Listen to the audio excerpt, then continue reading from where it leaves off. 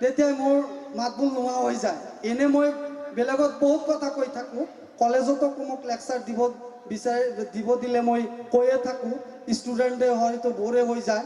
কিন্তু যেতিয়া ৰহমান ছাৰৰ বা কাদেৰ খান ছাৰ বেছি বা আৰু এনেকুৱা লেভেলৰ টিচাৰ বা আমাৰ এইখন মহান অনুষ্ঠানৰ শিক্ষকসকলক দেখা পাওঁ, তেতিয়া মোৰ মাত নোহোৱা হৈ যায়। তাৰমানে সিহঁতসকলেই মোক মই আজি যি ছাত্ৰক দি আছোঁ, মই সেইসকল মহান শিক্ষাগুৰুসকলৰ পৰাই পাইছোঁ আৰু সেইবিলাক মই বেলেগক দি আছোঁ। তো ছাৰক মই পাই আৰু ভাল লাগিছে। মোৰ দুজনমান ষ্টুডেণ্ট আজিৰ দিনত আপোনাৰ অনুষ্ঠানত শিক্ষা লৈ আছে বা ষ্টুডেণ্ট হিচাপে পঢ়ি আছে। সেই হিচাপে ছাৰক পাই মোৰ বহুত ভাল লাগিছে। আৰু বৰপেটা মেডিকেল কলেজতো মোৰ বহুত ষ্টুডেণ্ট আছে অসমৰ বিভিন্ন অনুষ্ঠানত।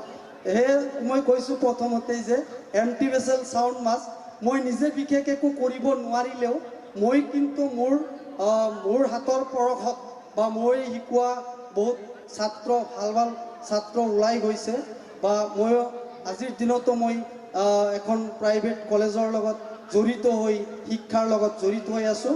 মই শিক্ষাক ভাল পাওঁ আৰু মই এনেকুৱাকৈ বিশ্বাস কৰোঁ যে কঠোৰ সততা সহকাৰে কঠোৰ পৰিশ্ৰম কৰিলে যিকোনো গ'ল ৰিচ কৰিব পৰা যায় বা উদ্দেশ্য সফল হ'ব পৰা যায়। তো মই আপোনালোকক মই প্ৰথমৰ পৰাই এটা কথা বা ধাৰণা আছিল যে এই অনুষ্ঠানে বেক টু ৰুটছ গ্ৰেট এলুমনিয়ে আমাক কি দিব বা আমাৰ প্ৰাক্তন সতীৰ্থসকল বা ছাত্ৰ ছাত্ৰীক আমাক কি দিব। কিছু আমাক স্মৃতি দিব, কিছু আৱেগ অনুভূতি দিব, কিছু অনুপ্ৰেৰণা দিব, কিছু অনুশোচনাও দিব আৰু আমোদ প্ৰমোদ। কিন্তু গোটেইকেইটা পজিটিভ। কিন্তু অনুশোচনাটো যদিও নেগেটিভ, আমি ইয়াৰ পৰাই পজিটিভ হ'ব লাগিব। আমি কিছু সতীৰ্থক চাব লাগিব। ডক্টৰ আনোৱাৰ হুছেইন জুৱেল হওক, আমাৰ ডক্টৰ মইনুল ছাৰ হওক বা আৰু এনেকুৱা কিছুমান মানুহ আছে, সিহঁতৰ লগত আমি এটা অন্তৰংগ আলাপত যাব লাগিব যে সিহঁতে কেনেকৈ গেইন হ'ব পাৰিছে বা গ'ল ৰিচ কৰিব পাৰিছে। আমি যি কৰিছোঁ, আমাৰখিনি বাদ দিছোঁ, আমাৰ নতুন প্ৰজন্ম বা আমাৰ যিখিনি সতি সন্তান আমাৰ এইসকলক অনুসৰণ কৰি আমাৰ বাচ্চাবিলাকক আগুৱাই লৈ যোৱাৰ কাৰণে প্ৰচেষ্টা হাতত ল'ব লাগিব বা অব্যাহত ৰাখিব লাগিব। এনে আমি যদিও এই অনুষ্ঠানখন কিছুমানে যদিও ভাবি আছোঁ যে তাতে নাচ গান হ'ব, মই ভাবোঁ নাচ গানো হ'ব, সকলো হ'ব, কিন্তু আমাৰ যিটো অনুশোচনা থাকিব। বহুতে ইয়াতে নাহিব যে কিছুমানে ইমান ভাল ৰেংকত গুচি গৈছে, আমি তাতে একো পোৱা নাই, আমি কি যাম বা আমি লাজে পাম। লাজ কৰিব নালাগে। এইখন অনুষ্ঠানৰ পৰা সেই মহান ব্যক্তিসকলৰ আদৰ্শক লৈ আমি ঘৰত যাই সিহঁতৰ নৈতিকতাৰ জ্ঞান বা কেনেকৈ কিতাপ পঢ়িব লাগে, কি কিতাপ পঢ়িব লাগে, কোন দিশত আগুৱাই লৈ যাব লাগে, এইসকলৰ পৰা গ্ৰহণ কৰি আমাৰ বাচ্চালৈ বাৰ্তা দিব লাগিব যে আমাৰ লগৰে অমুক ডক্টৰে বা অমুক ইঞ্জিনিয়াৰে বা অমুক লেকচাৰাৰে অমুক এডভকেটে এনেকুৱা কাম কৰিছিল, এনেকুৱাকৈ পঢ়িছিল, যাৰ কাৰণে সিহঁতে আজি এনেকুৱা আগবাঢ়ি গৈছে। গতিকে তোমালোককো আমি কওঁ যে আমি পাৰা নাই, সেইলৈ আমি তোমালোকে দুখ কৰিব নালাগে বা মই দুখ নকৰোঁ। তোমালোকক দি মই সেই কাম কৰাম, মই যিটো কাম পাৰা নাই। গতিকে মই ইয়াতে আচলতে অন্তৰংগ আলাপ, কিন্তু মই এইটো লেকচাৰৰ দৰে হৈছে। মই অলপ আচলতে আৱেগিক হৈছোঁ যে এই মহান ব্যক্তিসকলক আজি ইয়াতে লগ পাম বা এখেতসকলৰ সন্মুখত মই দুই এষাৰ ক'বলৈ সুবিধা পাম। তো যিয়ে নহওক, মই অলপ মেথমেটিক্স যি জ্ঞান পাইছিলোঁ আমাৰ মতিউৰ ৰহমান BSc ছাৰ আৰু কাদেৰ খান ছাৰৰ পৰা, যদিও মানুহজন যিয়ে নহওক এটা সময়ত গুচি গ'ল, কিন্তু মই মেথছৰ ধাৰণাটো বেছিক ফাণ্ডামেণ্টেল নলেজ যিখিনি পাইছিলোঁ মই মতিউৰ ৰহমান BSc ছাৰৰ পৰাই পাইছিলোঁ। আৰু সেই হিচাপে মই শেষ অৱস্থালৈকে মেথমেটিক্সত MSc পাছ কৰি মই বিভিন্ন দিশত কৰ্মৰত হৈ আছোঁ। ধন্যবাদ। যদি মোক কিবা সুধিব লগা আছে সুধিব পাৰিব।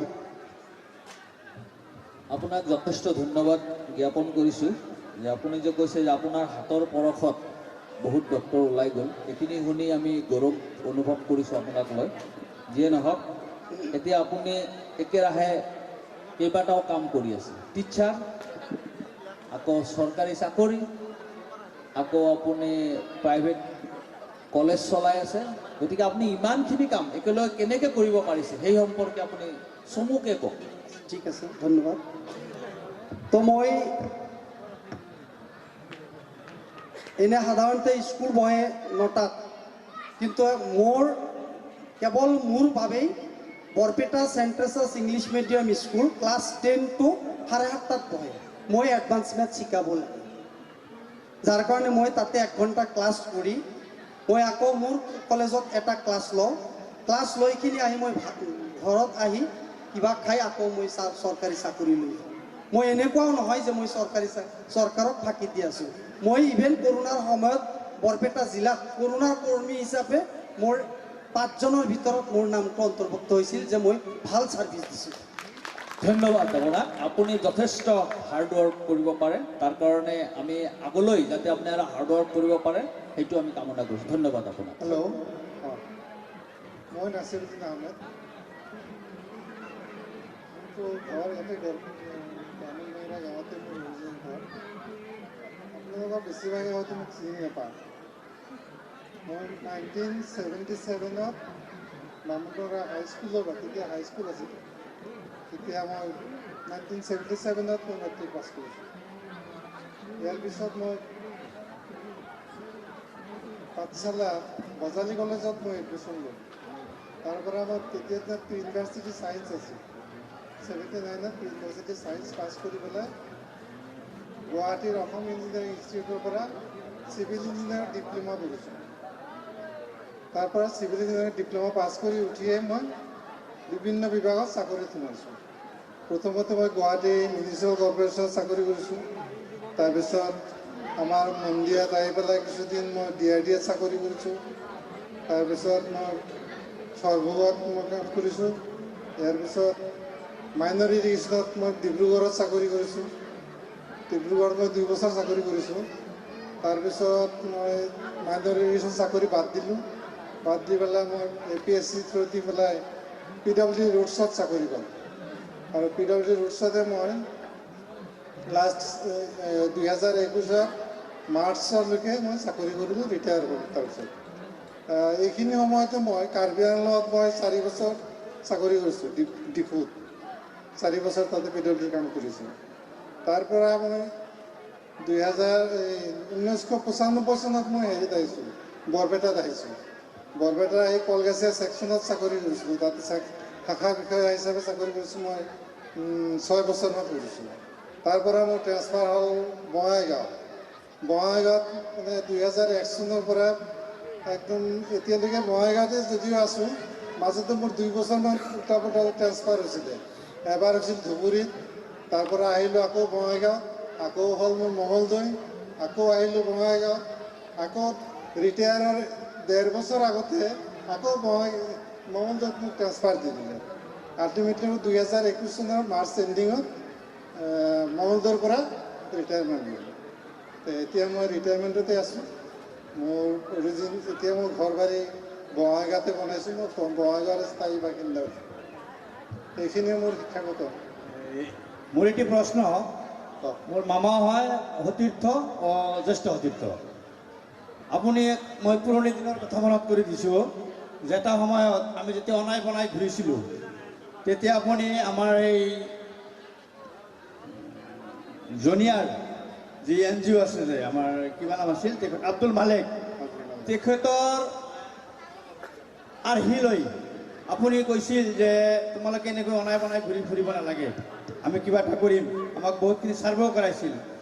মোলৈ আপোনাৰ প্ৰশ্ন নহয় যে এতিয়া আকৌ আপুনি সেই পুৰণি দিনলৈ ঘূৰি আহি আমাৰ সমাজত এতিয়া বহুত অনাই বনাই ঘূৰি ফুৰা ল'ৰা আছে, তেওঁলোকক মানে কিবা মানে কামত লগাব পৰা ব্যৱস্থা আছে নেকি?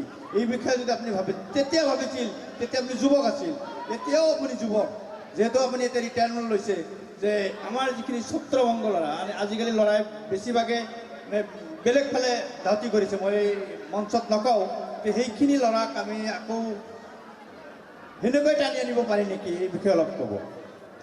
তাৰমানে মই 79ৰ পৰা যিটো 85লৈ মই গুৱাহাটীত পঢ়ি আছিলোঁ, আৰু 79ৰ পৰা 85টো আপোনালোকে বেছিভাগে গম পায়, সেই সময়ত অসম আন্দোলন হৈছিলে। আৰু অসম আন্দোলনটো কেনেকুৱা হৈছিলে আপোনালোকে পেপাৰ পত্ৰিকা বহুতে গম পায় আৰু সেই